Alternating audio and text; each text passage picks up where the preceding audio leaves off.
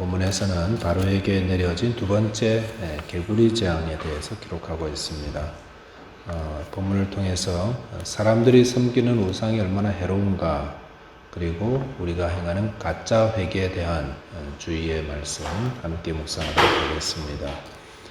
첫째로 묵상할 내용은 우상은 우리를 해롭게 한다라는 사실입니다. 본문 1절에 보니까 하나님은 그 나일강을 피로 변하게 했는데도 꿈쩍도 하지 않는 바울에게 모세를 다시 보냈습니다. 그리고 하나님 백성 보내라는 하나님 말씀 다시 전했습니다. 그리고 본문 2절 보면은 내가 만일 보내기를 거절하면 내가 개구리로 너의 온 땅을 치리라 라고 하였습니다. 그리고 3절 4절에 개구리 재앙이 어떤 건지 구체적으로 이렇게 이야기해 주시는데 3절 4절 보면 개구리가 나일강에서 무수히 생기고 올라와서 내 궁과 내 침실과 내 침상위와 내 신하의 집과 내 백성과 내 화덕과 내 떡반죽 그릇에 들어갈 것이며 개구리가 너와 내 백성과 내 모든 신하에게 기어오르리라 하셨다 하라라고 하였습니다. 여기 이제 설명한 개구리 재앙 보면은 그야말로 애굽 온 땅에 개구리로 가득하게 되어서 생활 자체가 불가능해졌다라는 것을 알 수가 있습니다. 궁에도 개구리들이 가득 차 있어가지고 걸을 때마다 밟히기도 하고 침실, 침상 거기도 다 개구리 있고 이불 안에도 있고 그랬겠죠. 또 개굴 울어대고 정신이 없죠. 일을 할 수도 없고 빵을 구워내는 화덕 안에도 있고 음식 만드는 떡반죽 그릇 안에도 있고 그러니까 음식도 제대로 만들지도 못하고 먹지도 못하고 만들어 놓아도 개구리가 또 몸에 끈적끈적한 액체 있으니까 이게 막 묻혀가지고 이거를 먹을 수 있는 것도 아니고 근데 그런 생각이 들어요. 하나님이 왜 개구리를 재앙의 도구로 쓰셨을까? 개구리보다 더 해로운 뱀도 있고 거미도 있고 그런데 왜 개구리였을까? 그것은 애굽 사람들이 개구리를 신성시하고 개구리 형상을 어떤 여신의 유상으로 만들어서 섬기고 있었기 때문이다라고 이렇게 해석하고 있습니다. 하나님이 내린 재앙으로 인해서 그들이 그동안 애굽 사람들이 누렸던 그 풍요의 실체가 무엇인지를 제대로 볼 수 있었다는 것입니다. 개구리는 그 다산의 또 풍요의 상징으로 여겨졌습니다. 그 애굽 상류에서 그 물이 이렇게 범람해 가지고 이렇게 기름진 땅 흙들을 이렇게 막 몰고 올 때 그 안에 개구리도 같이 이렇게 내려오는데 그러니까 기름진 땅에서 개구리들이 막 올라오니까 저게 우리를 풍요롭게 하는 거야. 그래서 개구리 얼굴에 사람 몸에 가진 그런 그 여신을 만들어서 섬기고 그랬거든요. 근데 실상은 그게 아니라는 겁니다. 오늘 개구리 때문에 풍요는 둘째치고 지금 너무 살기가 너무 어려워졌잖아요. 그러니까 오히려 자기들이 섬기던 우상이 풍요롭게 준 게 아니라 그들을 해롭게 하고 괴롭게 하고 고통의 도구가 되었다라는 것을 단번에 하나님이 이 개구리 재앙을 통해서 보여준다는 것입니다. 우상이 뭔가? 우상은 여러 가지로 정의할 수 있지만 오늘 성경 보니까 풍요를 가져다 준다고 믿었던 대상, 풍요를 가져다 준다고 믿었던 대상이 해를 가져온다라는 것이 바로 우상이라 할 수가 있습니다. 사람들이 우상을 섬기면서 마음에 똑같은 마음입니다. 그 우상이 우리를 풍요롭게 해주겠지라는 그런 믿음이 있습니다. 그런데 사실은 이 개구리 재앙과 같이 우리의 삶을 풍요롭게 하는 것이 아니라 오히려 우리를 더 해롭게 한다. 우리를 풍요롭게 하는 분은 하나님이시지 우상이 아니다라는 것을 이야기해주고 있습니다. 우상이라는 것은 물질이든 사람이든 그게 무엇이든 그게 있어야 내 삶이 풍요로워진다라고 여기는 대상. 그게 있어야 내 삶이 풍요로워진다. 그게 뭐죠? 여러 가지가 있죠. 여러 가지가. 오늘날 사람들이 자기 삶을 풍요롭게 해준다고 여기는 그 대상 하면은 아마 많은 분들이 돈을 떠올리겠죠. 돈이 우상이 될 수 있다는 것입니다. 그래서 돈이 우상이 되면 사람들 가운데에 돈이 많으면 많을수록 무조건 우리의 삶은 풍요로워진다라는 그런 공식이 쉽게 만들어지게 됩니다. 그러니까 돈을 벌기 위해서는 수단과 방법을 가리지 않는 그런 우상을 숭배하는 자들이 많이 있다라는 것입니다. 돈을 우상 숭배하는 것이 바로 이런 겁니다. 근데 정말로 돈이 많아지면 행복해지는가요? 절대로 그렇지가 않습니다. 우리 누리는 행복은 돈에 있는 것이 아닙니다. 물론 좀 편하긴 하죠. 그런다고 돈이 많아질수록 행복도 커지냐? 그것이 아닙니다. 개구리가 풍요를 가져온다고 믿었던 애굽 사람들, 그 개구리가 많아져서 풍요로워졌습니까? 오히려 고통을 입고 해를 입는 것처럼 돈도 많으면 많아질수록 우리의 삶을 고통스럽게 합니다. 해를 끼친다는 것입니다. 왜냐하면 돈을 사랑함이 일만 악의 뿌리가 되기 때문에 그렇습니다. 돈을 사랑하는 것이 욕심이고 우상을 숭배하는 겁니다.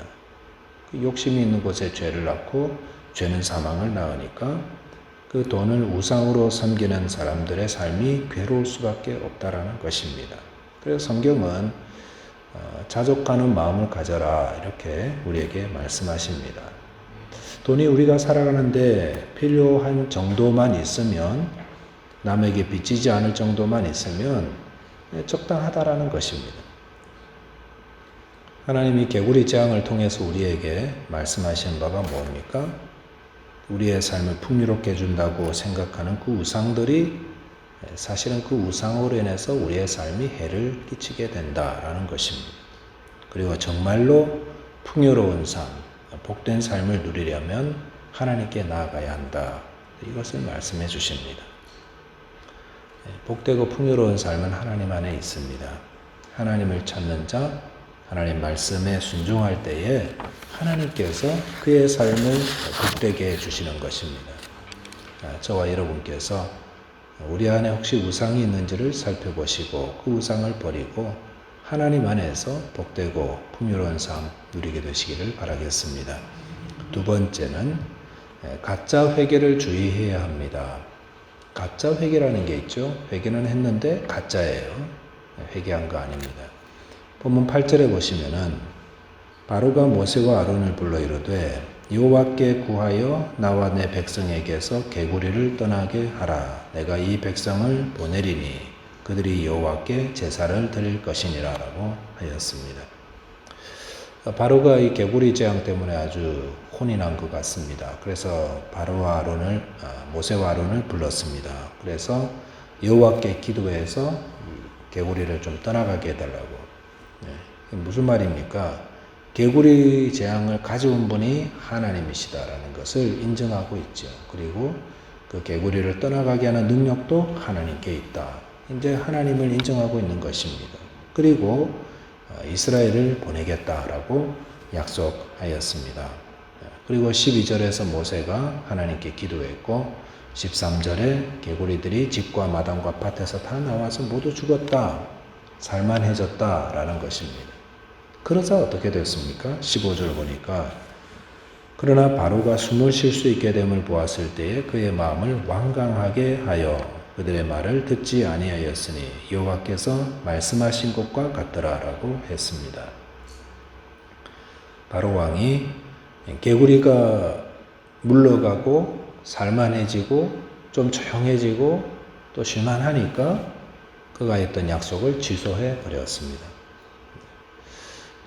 살만하니까 고전에 했던 거 그냥 다시 돌아가 버리는 거. 이게 가짜 회개입니다. 그의 회개와 그의 약속. 고통 가운데서는 막 회개한다 그러고 하나님께 뭐 이렇게도 하겠습니다, 저렇게 하겠습니다 했는데 고통을 딱 벗어나니까 다시 돌아가 버리는. 고통을 피하기 위한 임기응변식 회개였다는 것입니다. 고통 앞에서는 회개한다 했다가 하나님의 은혜를 입어서 문제가 다 해결되니까 또다시 악으로 돌아가 버리는, 이것이 바로 거짓 회개인데 거짓 회개가 참 얼마나 많은지 모릅니다.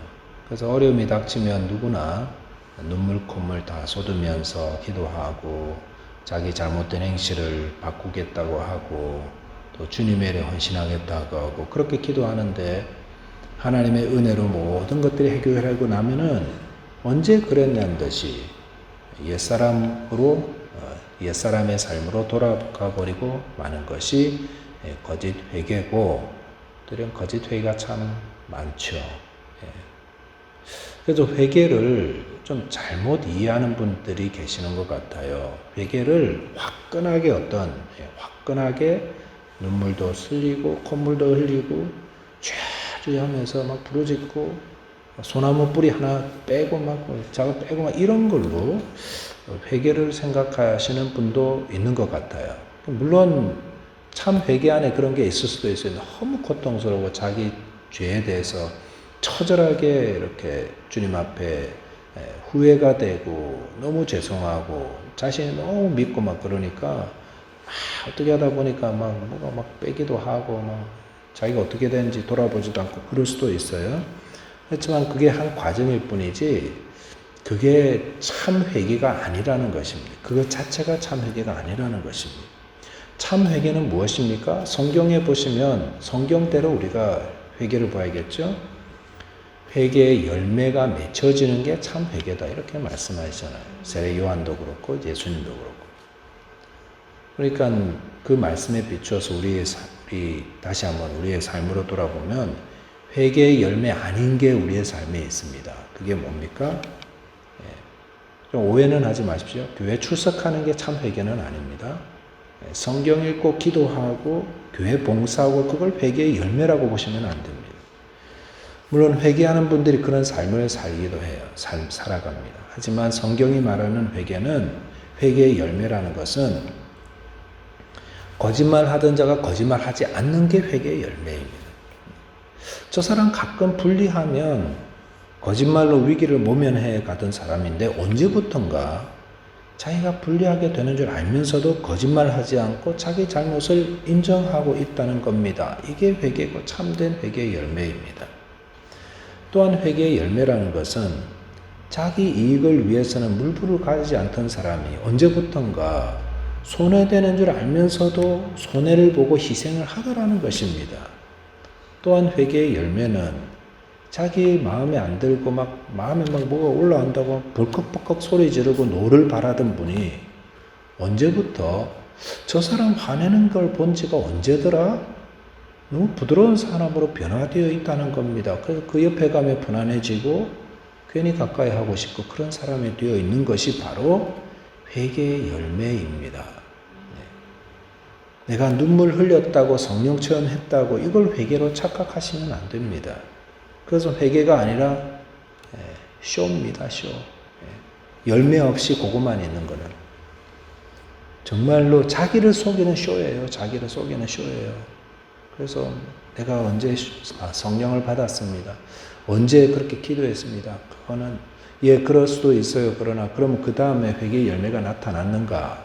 삶이 바뀌고 행실이 바뀌고 그 다음에 말이 바뀌고 태도가 바뀌었는가? 그게 회개의 열매입니다. 정말로 회개했다면은 생활이 바뀌어 있습니다. 삶이 바뀌어 있습니다. 언어가 바뀌어 있습니다. 그렇게 열매가 나타나는 겁니다. 주님은 회개하지 않는 나무를 회개의 열매 맺지 않는 나무를 잘라서 불에 던진다고 하셨습니다. 무서운 말씀이죠. 그래서 구원 얻으려면 회개해야 합니다. 혹시 이 말씀 들으면서 다른 사람 생각하고 계시다면은 자기를 보셔야 돼요. 자기를. 내가 생각하는 그 사람 회개한 거 아니야. 이렇게 하시면 안 돼요. 지금 자기를 돌아보셔야 됩니다. 성령께서는 각 사람의 마음속에 말씀을 들으면서 자기를 돌아보게 하시거든요. 그것을 깨닫고 회개하며 그래 내가 이런 부분들은 내가 그동안 고치지 못하고 있었으니까 결단하고 고쳐야겠다. 성령의 도움을 구하고 고쳐나가야겠다. 그럴 때 회개의 열매가 맺혀지는 것입니다. 저와 여러분께서 또 우리의 삶에 있는 모든 우상들, 가짜 우상들, 그게 우리를 풍요롭게 하는 게 아니다라는 사실과 또 내 삶에 혹시 그릇되고 잘못된 회개의 열매가 맺혀져야 되는 게 있다면 이 시간 하나님께 도움을 구하시고 내 삶이 온전히 변화되는 회개의 열매가 맺히는, 그래서 하나님께 영광 돌리는 저와 여러분 되시기를 주님의 이름으로 축원드리겠습니다. 네, 기도하겠습니다. 하나님 아버지, 저희들의 우둔하고 또 무지한 눈들을 열어주시고 주님의 말씀을 통하여서 우리가 알지 못하던 것들을 깨닫게 해주시기를 기도드립니다. 이 땅에 이거 없으면 내 삶이 풍요롭지 못하다고 생각했던 가짜 우상들, 주님 앞에 나아가야 된다는 사실 또다시 묵상하면서 주님, 이런 것들은 주님 저희들을 그들을 사랑하는 자가 되지 말게 하시고 오직 주님께 나아가서 주님이 주시는 은혜에 만족하며 주님이 주시는 그 풍요를 누리며 살아가는 저희들 되기를 기도합니다.